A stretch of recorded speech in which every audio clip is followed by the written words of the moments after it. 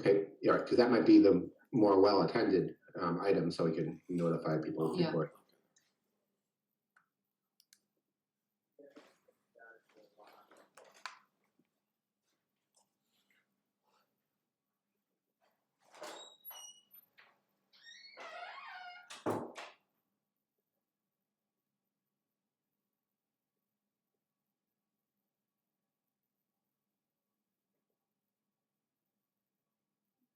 Okay, we're just waiting for Bob. I didn't see anything indicating he wouldn't be joining us. Okay.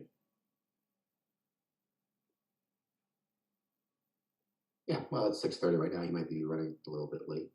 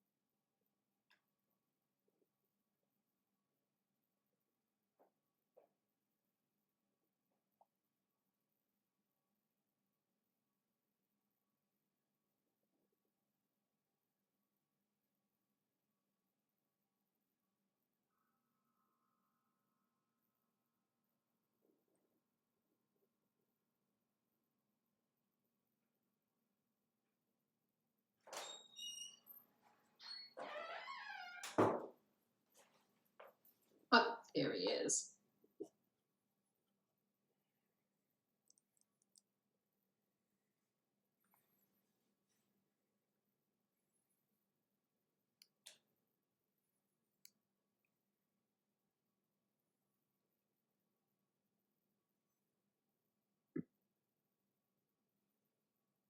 Apologies all, my computer was running updates.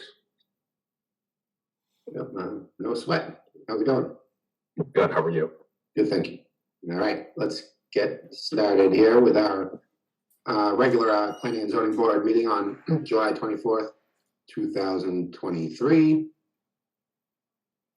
This meeting is being conducted remotely over Zoom. Attendance by board commission members will be remote, and remote attendance shall count towards quorum. The meeting will be broadcast live and recorded on ECAT. To use Zoom, you will need to use the link on the agenda or download the Zoom application. While conducting meetings remotely, we'll endeavor to keep meeting operations as close to our standard procedures as possible. However, use of this platform will necessitate some additional meeting protocols, a few of which are that while the board members or commission members and applicants will be on video and audio, public participants will join the webinar as attendee, meaning they are muted and with no video feed from them. During the public testimony portion of the meeting, members of the public can be recognized by using the raise hand function or by using the call function. There's a phone number on the agenda, and you can press *9 to raise your hand. We'll start with a roll call. Peter Deshane, present. Robert Stetson. Present.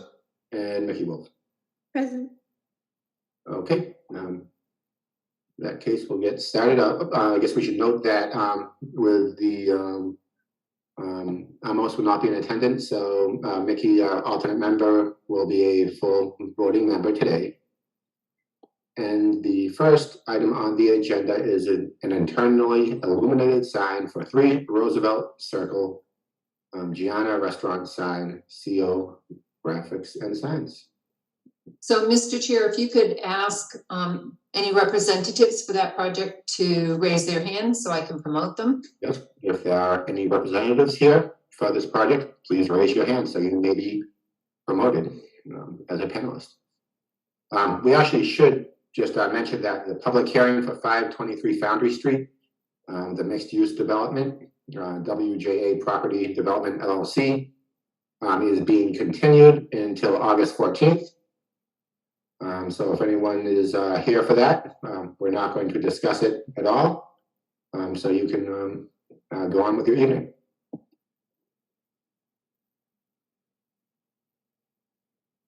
If Stephanie, has anyone raised their hand?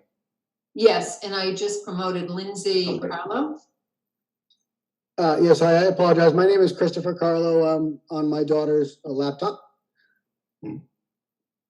So just trying to figure out how to put my do I need to have my camera on for you guys?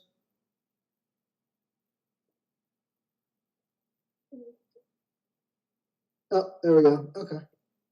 So Chris Carlo, Co-Graphics and Signs. We are working with Brandon Chase and Sam Schofield on a project over at Queesit. It's 3 Roosevelt Circle, and Brandon, the customer, my customer, the owner at Gianna Restaurant and Bar, is looking to put up 2 illuminators. His building is situated on the corner of Roosevelt. He was hoping to put up 2 signs, one facing the main road and one facing Roosevelt, internally illuminated letters on a solid opaque background. Okay. Has everyone seen these, the sign graphics in the packet? I'm not sure what's been submitted or not. I do have, if I can figure out how to do it, I have some stuff on my screen that I'd be able to share with you. Yeah, sure. There should be a share screen button maybe at the bottom of your screen. Oh, Oh, there you go. Got Like it. Lindsay's got that taken care of for you, or whatever that is. Sorry about that. I know I'm sure you guys are all well versed at this. I'm not. I apologize. So this was the building a couple of months ago. Actually, it's come a long way since. But 2 signs that they're proposing. One, top of the building over the archway. Again, so solid stencil cut aluminum background. This large one up top is 4 foot by 10, so 40 square feet. Same production method, lower sign near the door, 4 foot by 7 or 28 square feet. So in a total 68 square feet for the 2 signs. So there would be stencil cut aluminum backed up with a white acrylic and then LED lit from behind. So not unlike maybe the sign, if I can find it. At the entrance to the industrial park at Queesit. And I cannot find my picture of that one. Yeah, I don't think I saw that in our packet either. You know what? I honestly went out last night and took that picture. So it wouldn't have been in your packet, but I knew it existed, so I wanted to go there and be sure I noted the fact that it was there and existed. Just don't know how to find it for you. But I do have a picture of it. Lance, you got a sec? Yeah. I don't know how to get to my other pictures. Yeah. How do I get to it? Oh, I just, okay. So I don't know if anybody can see that one. So this one is at the entrance to the industrial park. And that Queesit sign is very similar to what we're proposing for Gianna as well. And where does it go on? It's going to go on that monument sign? No, it's not going to, just the 2 signs on the building is all they've requested. Oh, okay. One on the side street, one on the main road. Okay, I got you. So Stephanie, with this property is in the Queesit Smart Growth Overlay District, we have those regulations to consider. And it might be that there are ways that we could make an exception to the requirement that signs are not illuminated. Yeah, I think it's up to the board. So again, the Queesit Smart Growth regulations prohibit illuminated and vinyl signs. There is a provision in that bylaw that says that alternative signs not meeting the standards previously identified may be allowed if it's found by the plan approval authority that the design and appearance is superior and comply with the intent of these design standards that are set forth in the bylaw. The one comment, it was brought to our attention that internally illuminated signs and probably vinyl signs already exist within the Queesit Commons development area. Well, I guess we won't premise our decision on the fact that two wrongs make a right, but it seems reasonable to me in this case. Board members, do you have any questions about this or recommendations for changes for these signs? Yeah, I mean, I'm just curious what the rationale was for going this route as opposed to, you know, kind of that channel lettering that the bylaws sort of prefer. Sure. So one consideration was certainly cost. This method, although high end in its look and appearance, it doesn't have the technicality of a backlit halo lit channel letter, so it doesn't require the materials. And long story short, is it's not as expensive. So the customer did prefer that budgeting wise. A lot of it had to do with budget, and I know that he dealt with a designer, and his design folks came up with this look for his company. And I think after a lot of back and forth with his designer, I think this is where they ended up.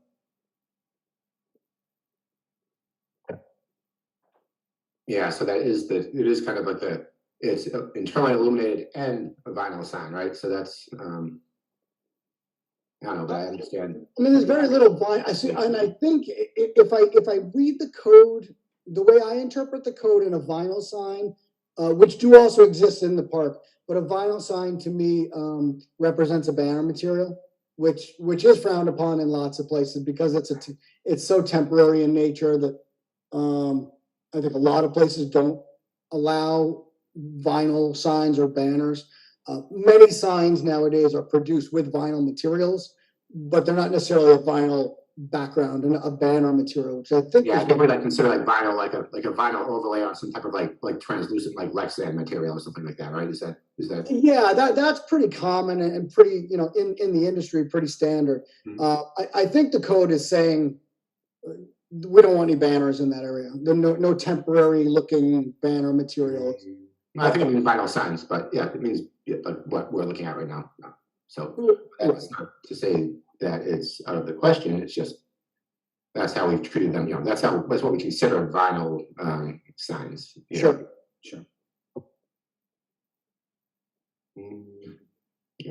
Mickey, what do you think? I mean, I lost my question, which is that why this route, and that's been answered. So,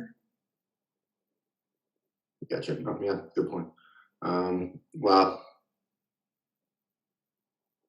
I guess I'm okay with it too. So, yeah, I think they look good, and they actually they're not too big, and they sort of fit where they're going.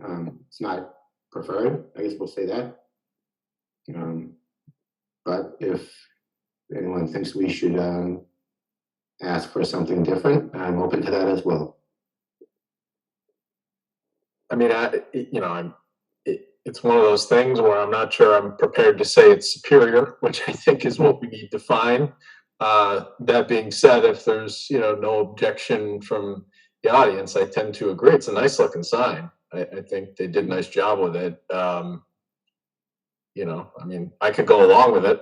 Mm-hmm. Yeah. Do we have any hands raised to comment on? No, I don't see any. I think maybe a question of mine, this just goes more for the board because I'm new, is that if we carve out exceptions, what are kind of the parameters around the exceptions we carve? That's a good I question. agree that this is a good looking sign as signs go. But kind of as we make exceptions, what are the details there? Well, I think we can consider any details that are relevant. In this case, those presented, as I understand it, were that it's a partially financial, and then the other factor that we kind of is more subjective is just that we we sort of think they fit in and they don't stand out too much being illuminated vinyl, but trying to think of, the Yeah, right. Mr. Chair, if I may, Yes, please. I think what I've quoted in my staff report from the bylaw states it, that, if you find that the design and appearance are superior and comply with the intent of the design standards. So, and I think in this instance, I understand what Bob was saying about, you didn't know if you were in a position to determine if it's superior, but I think meaning that the sign basically meets with the intent in its design and its look, and that you feel it complies with the intent of the design standards. Yeah, I mean, I think Mickey raises a really good point. I think maybe one of the distinguishing features of this particular analysis is the fact that it's Queesit, and that, there's a sign that looks not dissimilar sitting right next to it, basically, that we're looking at on the screen. That to me kind of suggests that we've got some leeway here, and we could limit it on those facts. That's just me thinking out loud, though. I could be persuaded the other way as well. Yeah. No, I mean, there's also the concept that these actually are allowed. We might not, promote them in the normal districts, but they are still allowed. There's no like, town-wide bylaw ban on internally illuminated vinyl signs. It just is what a stipulation of the Queesit Smart Growth Overlay District, which was, probably voted on. It was around like 2010 or 11 or something like that. So that was a little bit of a different time when there was a little more pushback against illuminated signs in general. So times have changed as well, to a point, right? But That helps to clarify. Like I said, I like the sign and I'm for it. And I do think that because there's one right, like literally right next to it, it works. I was just seeking a little bit of clarification as we make exceptions to the general rule, like I get you. how we do it. Yeah. But then on the other hand, Stone Forge probably has a channel sign, I think, but does it not? They have exterior illumination. I believe they have gooseneck lights over them. I got Channel letters. Yeah, they're halo lit channel letters.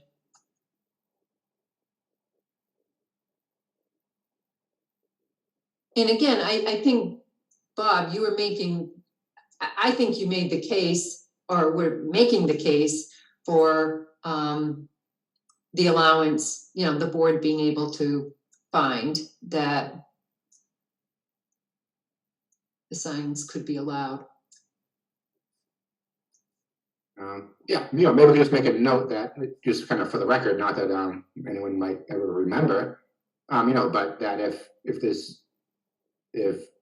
the owner of this location or business ever came back for to add a new sign, then we might require a different type of signage. So in other words, like, hopefully not just kind of like a grandfather it by assumption or something like that. Maybe that's pointless. Well, I'll make a motion to approve the sign with that statement that this is a one-time thing based on the presentation that's in front of us, and we reserve the right to change our minds in the future. When a new sign is presented. Stetson. Second, Wolf. Okay, all in favor? Wolf? Aye. Stetson? Aye. DeShane, aye. Okay, the sign passes. Thank you. Thank you very much. Appreciate it. You're welcome. Good night. Okay, thank you for the help there. All right, next we have continued public hearing, 109 Howard Street, special permit, common driveway. Frank Gallagher / John O. Howard. If we have any representatives, could raise your hand. And Frank is joining us. Yeah, please state your name and address for the record.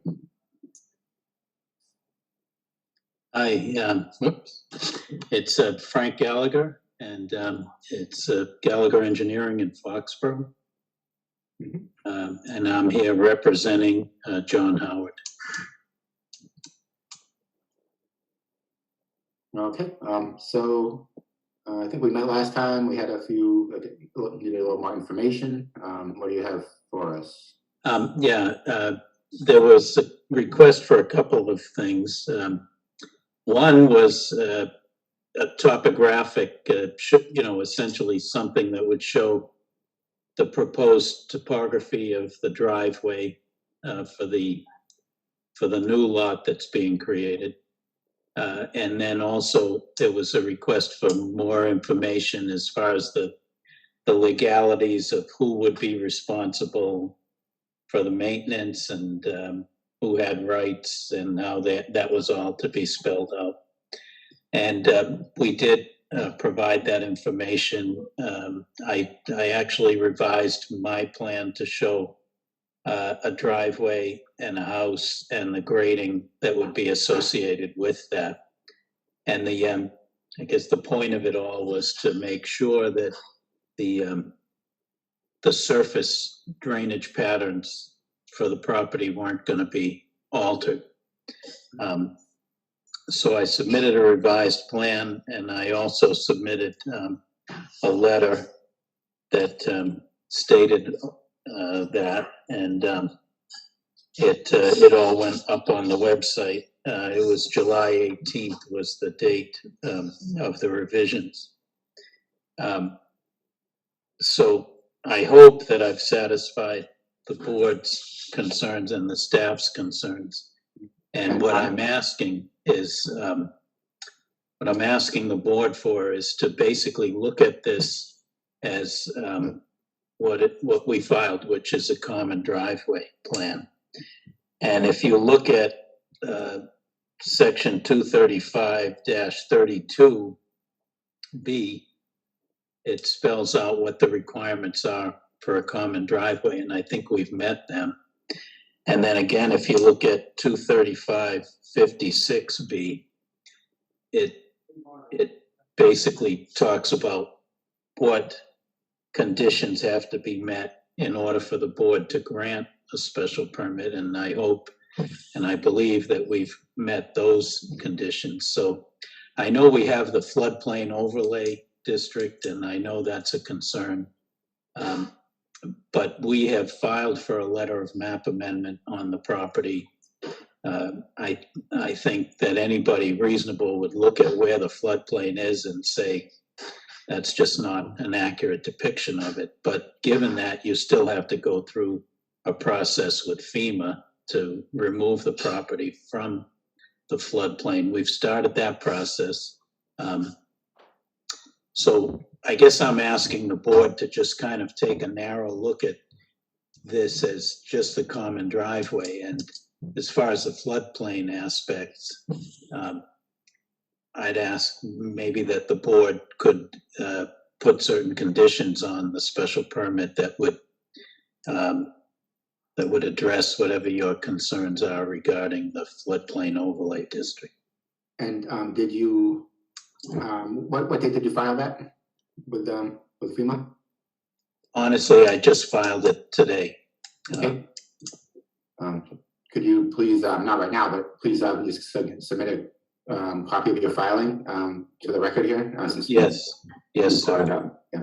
Thank you. Stephanie, do you have anything? So, again, I understand what Mr. Gallagher is asking for, and that he's looking very strictly at the approval for the common driveway. However, the common driveway supports development of a site. I do think it's important that the floodplain be fully understood and that the bylaw for development in a floodplain be complied with. That being said, I'll make my suggestion, which is in my report, that if the board does decide to issue a special permit for the common driveway, that it condition it not just on receiving the letter that Mr. Gallagher submitted to FEMA, but also that the town receive a copy of the letter of map amendment if it is approved by FEMA. And that depending on where that floodplain line then lies, that the applicant go before the Conservation Commission for an appropriate approval. And so Frank, I have two questions related to the wetlands, Peter, if I may ask. Yes. Has the wetland line been delineated by flagging and then picked up by survey? Yes, Okay, and it's accurately depicted on the plan? it is. Okay, and you do not show the 100-foot buffer here. Is the development, what would potentially be the proposed development within the 100-foot buffer zone? It is, Okay, so you'd need to go to the Conservation Commission anyway. correct. Okay. Yep. Actually, Stephanie, could you please do you mind sharing the plan with us? I will do that. Maybe maybe Mr. Gallagher could kind of run over this topo with us to demonstrate that the existing drainage patterns aren't changing. Okay, do you see the plan, Okay. everybody? Yeah. Okay. So I'm gonna zoom in a little bit so that you can see it better. So is this like proposed and so is the driveway, the existing grade is not changing, or are there changes proposed to that driveway? Well, the existing driveway, the grading does not change. That's on the left. Well, it's on the left as the arrow is traveling up and down the existing driveway. What branches off to the right of that is proposed, and you can see it's kind of hatched in a little bit darker color. And the heavy lines, the darker lines that you see are proposed topographic lines. The lighter dashed lines are existing topography. So the pattern is that it drains really from west to east. If you can't quite see the north arrow, it's just up off the page to the left, top of the page. But the north arrow pretty much runs in the direction that the proposed driveway runs. So to the left of the driveway is west, and to the right of the driveway is east. Yeah, so it drains towards the floodplain. Right. Yes. So it does drain essentially from west to east to the wetland, and that doesn't change. It's still going to maintain that. It essentially drains around the proposed house and then continues on to the east and into the wetland. And then, do you have a note on the plan where the common driveway ends and the driveways begin? Would Um, be- Okay, but is it noted on the plan, right? For the Yeah. common, yeah. Yeah, there really isn't a note that delineates, that spells out what's existing and what's proposed, but You want to have that, right, for at least, if only for the homeowners association, mhm, then Yep. probably people would like to know, where the common liability is. sure, I could definitely do that. Yes. Robert and Mickey, do you have any questions here? No, I'm good.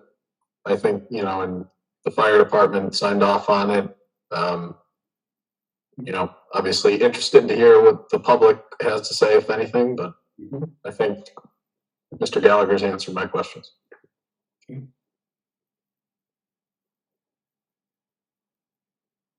Are there any hands raised tonight? Hold on, it's hard for me when I'm sharing my. I know, yeah, oh, sorry, I can look back, but I guess you have. Excellent. I'm sorry, Peter. One question for Mr. Gallagher. The 100-foot buffer zone is the extension of the part that goes from the existing driveway to the home. Is that within the 100-foot buffer zone at all? Um, let me just check. It is. I Right, because the believe floodplain so, goes up to yes. the, right, Yeah, it's like. yeah, most of the proposed work, To the floodplain, right? yeah, most of the proposed work falls within that 100-foot buffer zone, so. So But when you guys go to conservation, they'll look at the entire issue. They'll look at the driveway extension as well as the home. They will, yeah, Ah, all the okay. work, they can regulate all of the work that falls within that buffer zone. Okay, thank you. I guess we would note that, any changes to the plan, to the site plan as a result, product of the Conservation Commission hearings, then you'd have to come back for a modification, right? That is, that's correct, we would. Okay, then let's see, if any of the attendees would like to, No, nobody has their hand raised, Peter. Oh, okay, in that case, I think we discussed a few conditions, such as obviously the approval by the Conservation Commission and the applicant providing the FEMA application and the result of that. How long do those usually take? Like a few months? They take a couple months. Yeah. Okay. Not as long as a letter of map revision. Yeah. All right. Oh, that was the Mill Street. Okay, that's what I was wondering. Yeah, it's a very different process. I see. And you could, and we'll make a note, even though it's common sense, that any changes to the site plan will require a modification with the planning and zoning board. Is there anything else as far as conditions go? I think that's all I had suggested. Okay. I'm good with that, Peter. Do we have to close the public hearing first? Yes, sir. Yes. Yes. With the applicant's permission, I'll make a motion to close the public hearing. Yes, please. Stetson. Is there a Second, second? Wolf. All in favor, Stetson? Aye. Wolf? Aye. DeShane, aye. I just want to thank the staff and the board for their consideration on this. Let me go ahead and make a motion to approve the common driveway with the conditions that the chair mentioned, including approvals from Conservation Commission, submittal of the FEMA modification application, and if there are any site plan changes based on Conservation Commission's requests, that the modification come back to the planning board. Stetson. Second, Wolf. All in favor, Stetson? Aye. Wolf? Aye. DeShane, aye. Okay, motion passes. Thank you. And Thank you. thank you. Goodbye.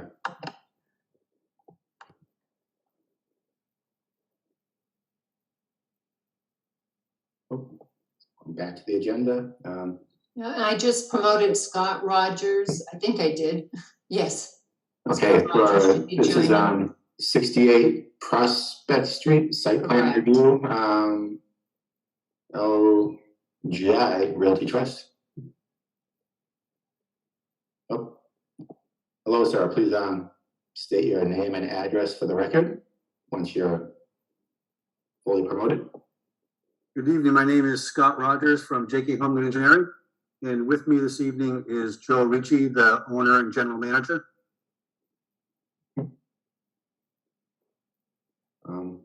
Okay, please, you can give us a summary of your of what's going on, and you can tell us about some more details if you'd like. And Sure. Okay, go ahead. So the Pine Oaks golf course has been around since 1968, 55 years. It is, I'm sure you guys are familiar with where it is. It's near the Easton Country Club, about a half a mile from the Purchase Street intersection. It's- Mr. Chair, Oh, yeah. may I ask if for Scott to share his screen? Yes, please. Yeah, Scott, could you share your screen, or you can, you can give us a summary first if you want, either way, whatever. But once we get into the details, please share your screen.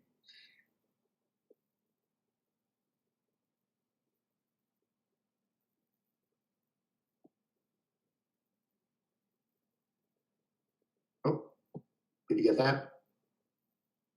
Going to show you the Okay. Google Earth view first. Mhm.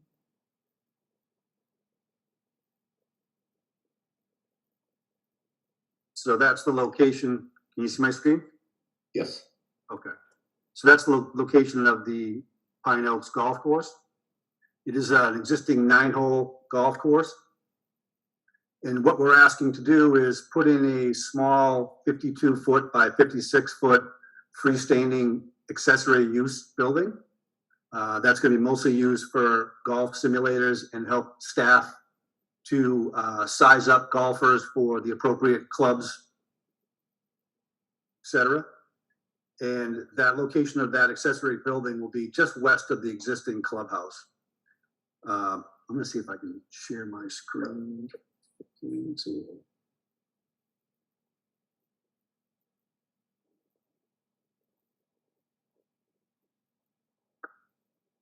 you see that screen? Yeah, we can still see Google Maps. You can, okay. Oh, Google Earth.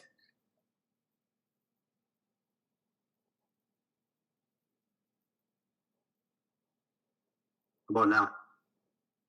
Oh, Yeah. we can see the plan. Okay. So as far as existing conditions, that's a small blow up of that 71-acre parcel. And you can see Prospect Street on the northwest corner up here. And you can see the driveway that comes off of Prospect Street through the main parking area. You can see the hatched area where the existing building is over here. And the actual 9-hole golf course is to the south of all this. And then that's a blow up of the existing condition right there. You can see the existing clubhouse, existing parking area. There's a putting green on the northwest corner. And that's the layout materials plan. You can see just west of the existing building, that accessory use structure we were talking about. So the main entrance to that will be on the south side, down in this location here. And as far as parking for the site, we have an existing parking area that's 87 parking spaces. We're going to be removing 5 parking spaces with this new structure, and we'll be adding 1 more back in. So we're going to lose net 4 spaces, which gets you down to 83 parking spaces. One of the questions that was raised by staff was, the number of parking spaces and how that relates to the use, and is it adequate? So I did a little research online, tried to find some golf courses that were pretty similar in nature to this one. And 2 in particular that I have for you. One is a golf course in Plymouth called Squirrel Run. That's in par 3, 18-hole golf course. And that has 73 parking spaces on that particular golf course. So we exceed that number for that one. The other one I looked at was another one in Plymouth called Souther's Marsh. And that one has 78 parking spaces. That one also is a 18-hole golf course, but that one also has functions, weddings, etc. So I feel like that one, even though there's a few more spaces, it still has less than we have on our parking, on our site. So grading and drainage wise, we're basically going to be mostly matching existing topography. There is the main parking lot is over in this area. There is an upper parking lot up in here. That's where that 4 spaces will be eliminated up in that area up here. But basically, as far as grading for the site, we're going to be matching grades within inches of what's existing. There won't be any changes really to overall grading patterns or drainage patterns. But we are proposing a drainage system which will handle the roof runoff of that new structure, which is located in the upper parking area. So if you consider the fact that the building itself is being addressed with that underground infiltration basin, we actually have a net decrease in impervious because of the loss of the 4 parking spaces up in the northwest corner there. As far as landscaping for the site, you can see the proposed building. We're basically landscaping around the 3 major sides of it. You can see that hatched area over here, which will connect the existing entrance to the new proposed entrance. We're using all native plant materials, species such as river birch, holly, inkberry, mountain laurel, and also juniper. And then we did prepare a sediment and erosion control plan, which basically, indicates area for soil stockpiles, staging areas, also silt sock, and we are proposing silt sacks within the existing basins so that we don't, drag sediment or silt into that existing drainage systems that exist out on the property.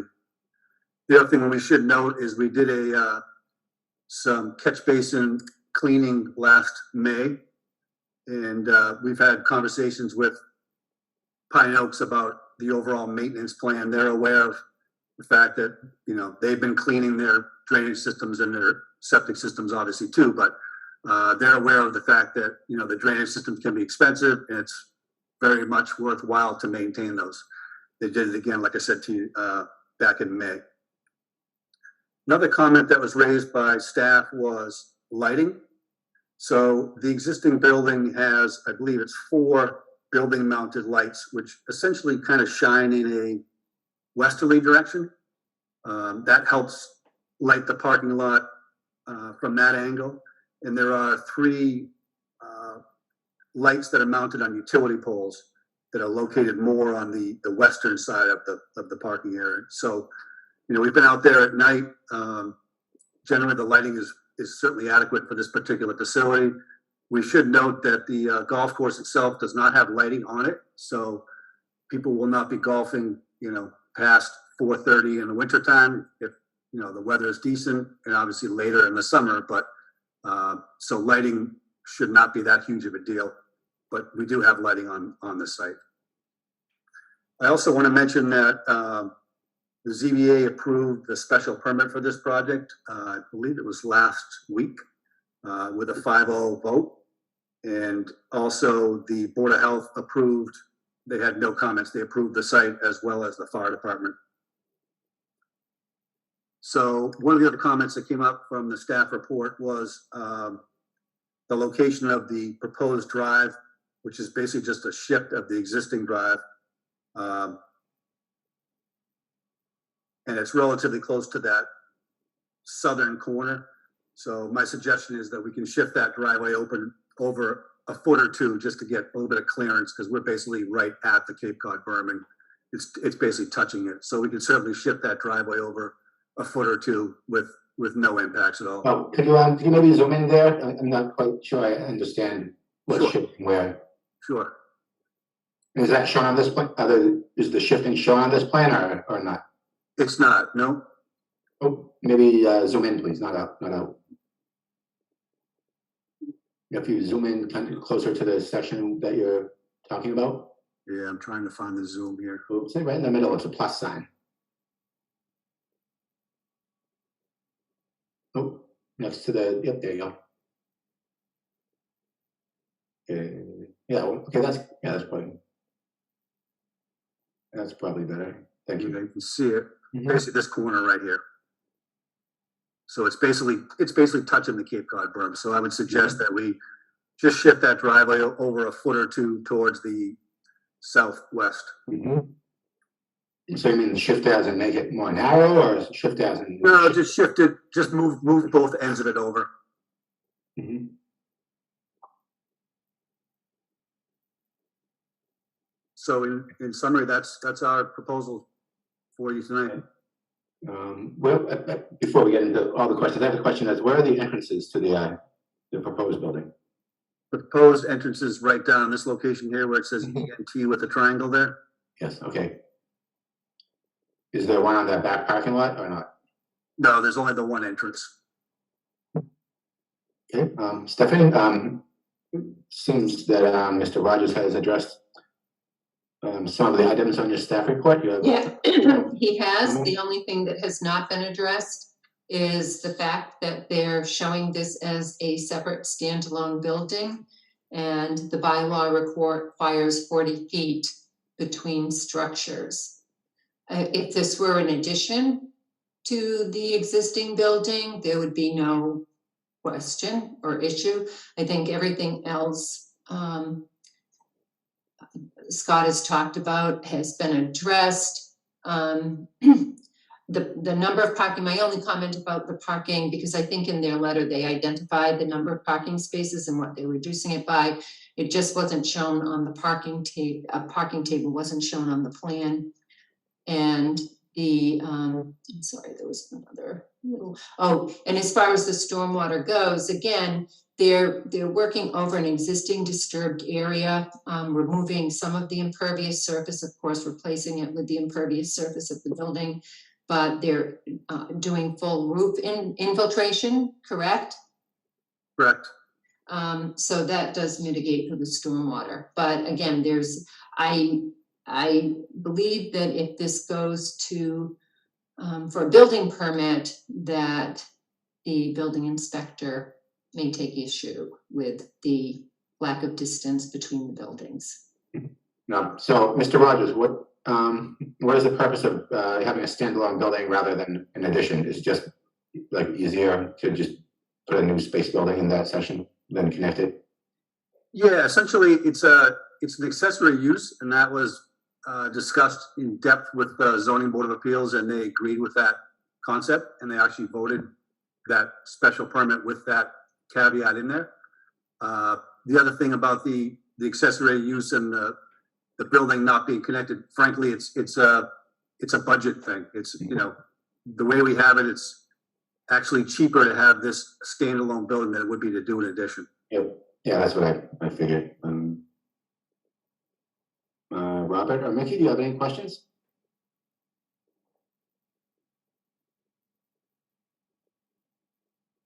Well, yeah, I mean, just, I guess, what do we have to think about in terms of the distance? Maybe this is more of a question for Stephanie, or maybe, well, I guess the question for Mr. Rogers is what was the scope of the special permit that was granted by the Board of Appeals?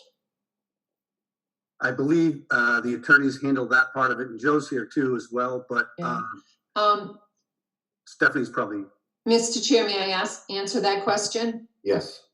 I looked at in this instance, the special permit was purely for use. It did not address any dimensional variance or vagaries.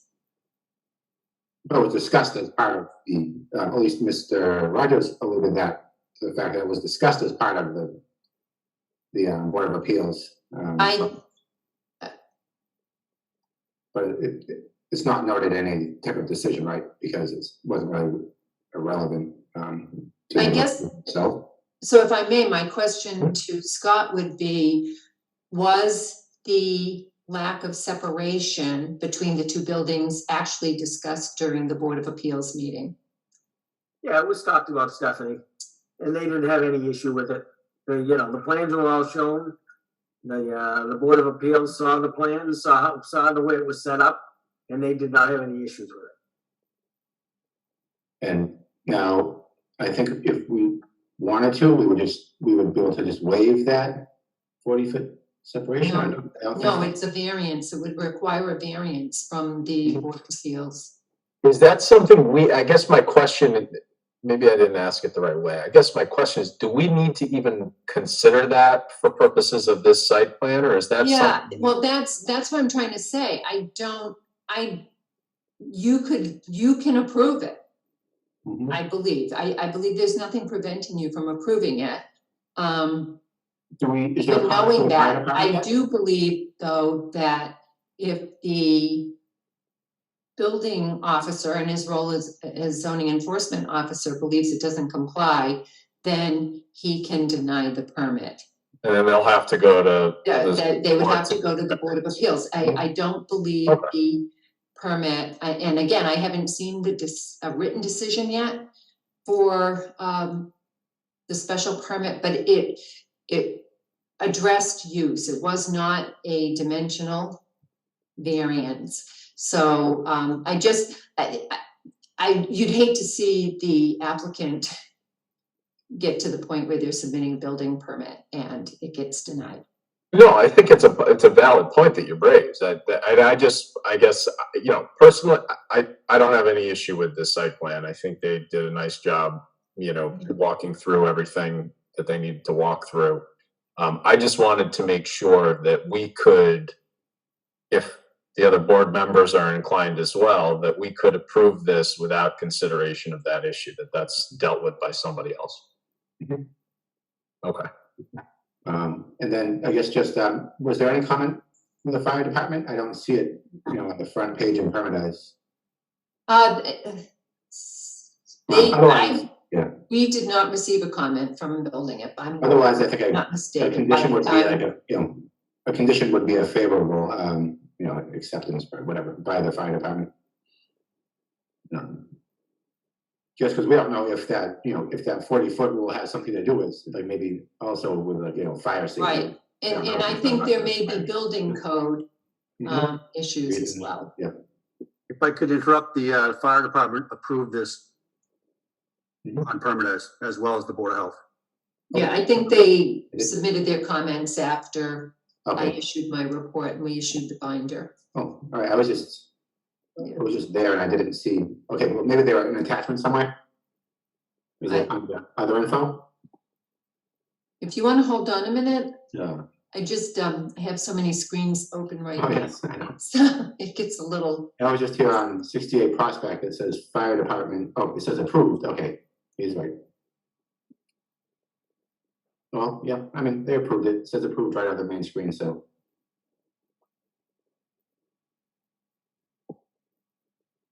so I think, Bob, to answer your question, I think that my suggestion would be that if the board does vote to approve the project, that it be noted that you're not making a determination on compliance with zoning.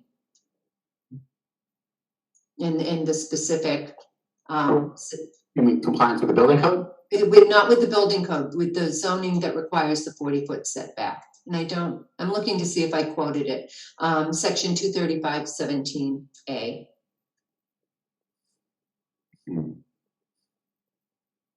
Yeah, I guess that would work, although we have the planning and zoning board, so how are we not making any comment on how it conforms with zoning? Well, it's just site plan review. I mean, I agree. It's a little quirky, Peter, but you know, it's a site plan review. Yeah. But I see. And the zoning enforcement officer is the person who determines whether it's in compliance with zoning. Yeah, like we could approve something that may have a 10-foot side lot line. Even if we require a 15, then they just have to get a variance most likely. But yeah, okay. That's what I'm thinking. So I mean, I think Stephanie's suggestion of just making that clarification is pretty sensible. Yeah, well, I'd like to give it a shot. Yeah, I'll make a motion to approve the site plan with a notation that we make, you know, we have no opinion on the 40-foot separation required by section 235-17A, Stetson. Second, Wolf. Okay, all in favor, Wolf? Aye. Stetson? Aye. Shane, aye. Motion passes. Thank you.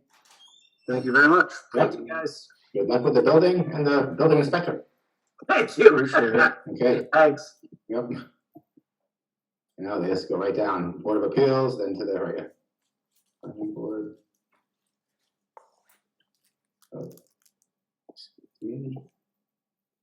Next, I think we had a continuance for a request the applicant requested to continue 523 Foundry Street special permit mixed use. Is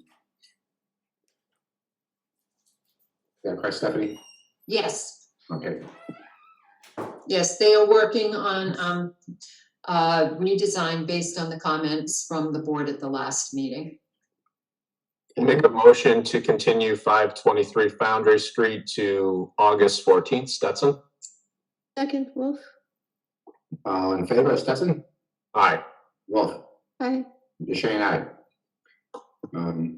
Next, we have MBTA zoning proposal request for economic feasibility analysis of inclusionary zoning and public education and outreach.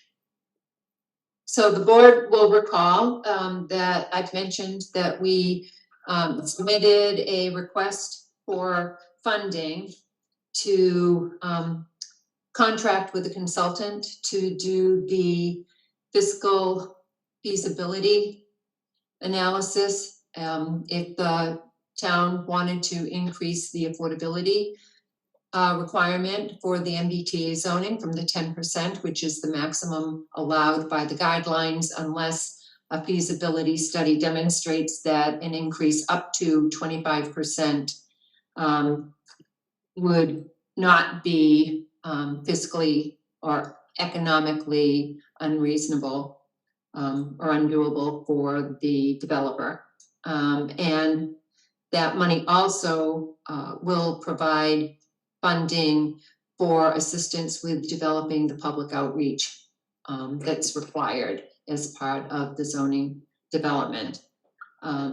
So we were awarded that, and Wayne put together the RFP that is in your packet. And I just wanted the board to have a look at what the scope of work is.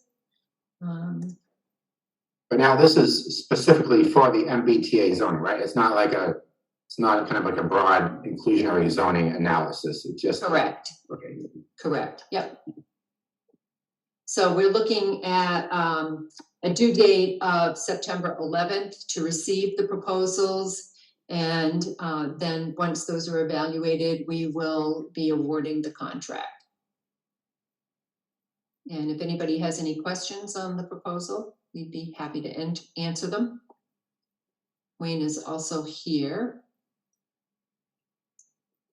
Did anyone have any questions about the proposal? Nothing for me. No. Yeah, I looked at it. I don't think I have any questions. Nothing for me. It looked pretty comprehensive. Okay. Okay, great. Yeah. So, August 14th, Wayne just sent me a text. August 14th is the deadline, and we're hoping to have the contract signed by the 11th. So, what did I say, August 11th or September? Yeah. And just And to be very clear, the due date for responses to the RFP is August 14th, and to have the contract signed by September 11th. Then Wayne and I will be working on the zoning over the next 4 weeks, coming up with kind of a draft presentation of where we see the changes necessary and for consideration by the board. So the thought is that early September, probably the first meeting in September, which is the 11th, that we'll have that on the agenda to start going over with. And that will be based on the two potential districts that the board's been. Okay, well, while you make some progress, it might not be a bad idea to kind of keep us updated. That way, we don't come in September and we have other ideas, and we spent all summer on something that. Oh yeah, no, this will definitely not be. I figured just be Yeah, safe there. yeah. Okay. So it will be more looking and examining. So now it is the Executive Office of Housing and Livable Communities. It used to be the Executive Office of Housing and Development, in Community Development. They provided a guideline on where you need to look in your zoning to make the changes, so you don't have conflicts. As we've seen in the past, sometimes we'll change something in the zoning and you'll find a conflict somewhere else. So they've done a really good job of putting a guideline together. And that's primarily what we're going to be focusing on over the summer, is identifying those areas that need either to be changed, or some things probably will be deleted. Oh, yeah, and then we'll probably come up with a bunch of other stuff related, possibly Yeah. related or not, that we need to, Yes, Yeah. yes, I fully expect Whether- that. And either typos or like non sequiturs or, yeah. Okay. it's always an opportunity to clean up the zoning. Yep, it's never ending. Oh, and I wanted to make sure I mentioned this. So we just put up a website, a web page. If you go to the Planning and Zoning Board page, there's a link to an MBTA zoning page. And it discusses what the MBT zoning is about. It shares some of the history of the steps that Easton has taken so far in moving forward with drafting in the zoning. And there are several links. There are links to different documents that the presentations that were done to the select board, as well as the guiding principles that were developed by the MBTA review committee. And there are links to the state website to the compliance model. Okay, great. Sounds good. Robert, Mickey, do you have any comments or questions about where we are with that? Nope, all good here. And here, Okay, so we have, looks like we have needed to do another appointment here that we might have skipped last few times. It's a board representative for the Economic Development Council. Well, I mean, everyone else I think has volunteered for something, so I don't mind doing that one unless anyone else, Mickey, if you're really interested in that, it's all yours. I'll pass, but thank you for the offer. Oh, you're welcome. Oh, Peter, and I should tell you that they generally meet at 11 o'clock on, but it's moved from a monthly meeting to a quarterly meeting. Okay, yeah, I mean, it might not always work for me, but if it's quarterly, I think that makes it, yeah. Yeah. Depends on what people put on my schedule, right? But yeah, okay, I'll do my best. Okay, So I have volunteered for that. If anyone would like to, perhaps make a motion.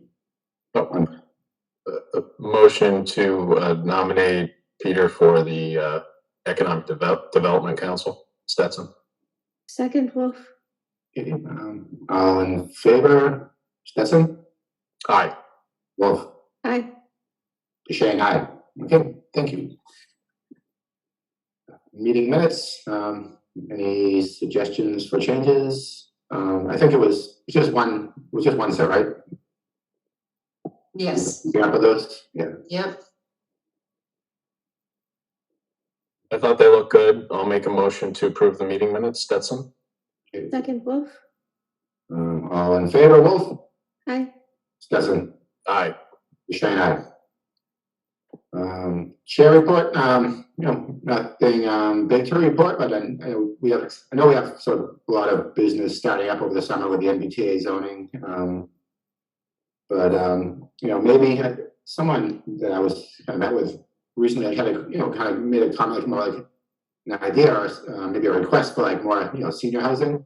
So I guess we can kind of keep that in mind as we embark on some of these other projects, and maybe how senior housing could, whether or not it's like, it's, kind of classified as senior housing, like how what we're working on could fit for senior housing, and maybe kind of think of some accommodations that might be helpful for seniors in some of these new housing plans that we work on. That's for my update. Stephanie, do you have any other updates? No, I think the one thing I would just add about the senior housing, that's one of the needs identified in the housing production plan, and I know is important to the Affordable Housing Trust.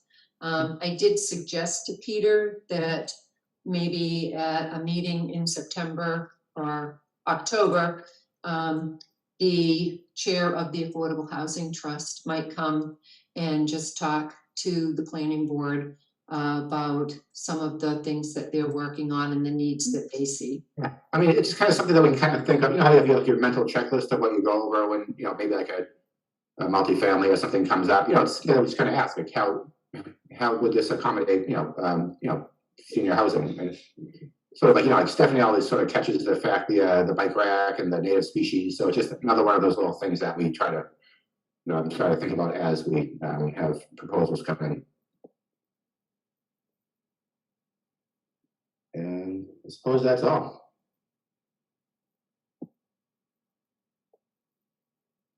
All right. Well, I'll make a motion to adjourn. Stetson. Okay, thank you. Second, Wolf. All in favor, Wolf, Aye. Stetson, Aye. Shane, aye. All right, thanks, everyone. Thank you all. Good evening, everybody. Mhm.